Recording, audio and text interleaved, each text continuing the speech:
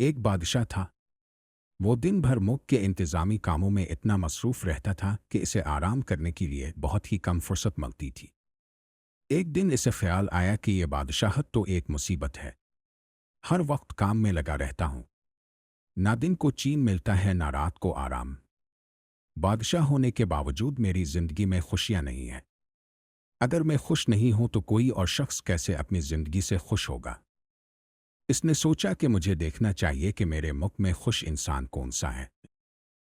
یہ سوچ کر رات کے وقت اس نے بھیس بدلا اور خوش رہنے والے آدمی کی تلاش میں محل سے روانہ ہو گیا۔ سب سے پہلے وہ ایک سوداگر کے پاس گیا۔ بادشاہ نے اس سے پوچھا، تم یقیناً خوشی اور سکون کے ساتھ زندگی گزار رہے ہوگے؟ سوداگر نے جواب دیا، میرے پاس بہت دولت ہے، مگر یہ دولت بھی مجھے سکون نہیں دے سکتی۔ اگر دولت سے خوشی اور سکون ملتا تو میں خریدنے میں دیر نہیں لگاتا۔ اس دولت نے میری زندگی اجیرن کر دی ہے۔ میرے وارثوں کی نظریں میری جائیداد پر ہیں۔ وہ میرے مرنے کی دعائیں مانگتے ہیں۔ ان کا بس چلے تو وہ اسی دولت کے لیے مجھے جان سے مار دیں۔ اس کے علاوہ آئے دن چوری اور ڈاکے کا دھڑکا لگا رہتا ہے۔ رات دن اسی سوچ میں گھل رہا ہوں۔ میری صحت بھی متاثر ہو رہی ہے۔ کاش میں غریب آدمی ہوتا، محنت مزدوری کر کے ایک جھونپڑے میں خوشی سے زندگی گزارتا، تب مجھے کسی قسم کی فکر نہ ہوتی۔ کیا ہی اچھا ہوتا کہ میں اپنے غریب پڑوسی کی طرح ہوتا۔ کتنا خوش رہتا ہے وہ۔ بادشاہ اس کا جواب سن کر اس کے پڑوسی کے پاس پہنچا اور اس سے پوچھا، تم اپنے اس حال میں خوش ہو؟ پڑوسی بولا، میں تو اس سخت محنت اور مشقت سے تنگ آ گیا ہوں۔ بھلا یہ بھی کوئی زندگی ہے؟ میں چاہتا ہوں کہ اپنے پڑوسی سوداگر کی طرح ہر وقت آرام کرتا رہوں، اصل زندگی تو یہی ہے۔ ان دونوں کے جواب سن کر بادشاہ کو تسلی نہ ہوئی تو وہ اپنی حکومت کے ایک بڑے افسر سے ملا۔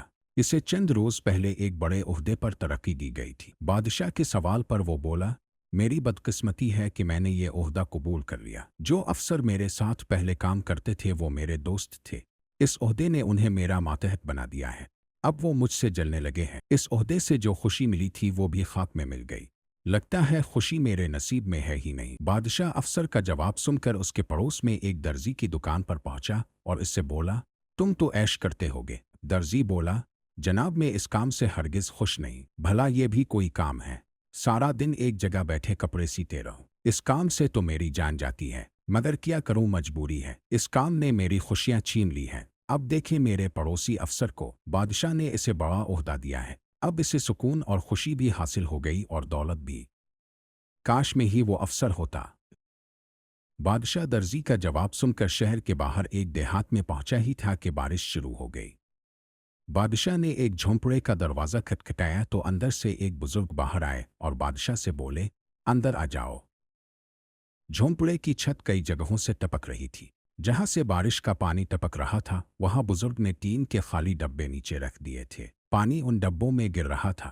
معلوم ہوتا ہے تمہاری مالی حالت اچھی نہیں ہے، بادشاہ نے بزرگ سے پوچھا۔ بزرگ بولے، ایسی کوئی بات نہیں ہے، میں بہت خوش ہوں۔ اللہ تعالیٰ کا شکر ہے کہ اس نے مجھے ہر چیز دی ہے۔ دیکھ لو، یہ میرا صاف ستھرا گھر ہے۔ میرے پاس 2 بیل، 1 بکری، 5 بطخیں اور کچھ مرغیاں ہیں۔ ان سے میں دودھ، انڈے اور گوشت حاصل کرتا ہوں۔ ان کو میں بیچتا ہوں۔ بیل کنواں اور ہل چلانے کے کام آتے ہیں۔ یہ میری تنہائی کے ساتھی ہے۔ یہاں گھاس بہت ہے۔ ایک تالاب بھی ہے۔ میرے پاس کچھ زمین بھی ہے جس میں میں گندم اور کپاس اگاتا ہوں۔ میرے گھر کے پچھواڑے میں میرا ایک خوبصورت اور چھوٹا باغ بھی ہے۔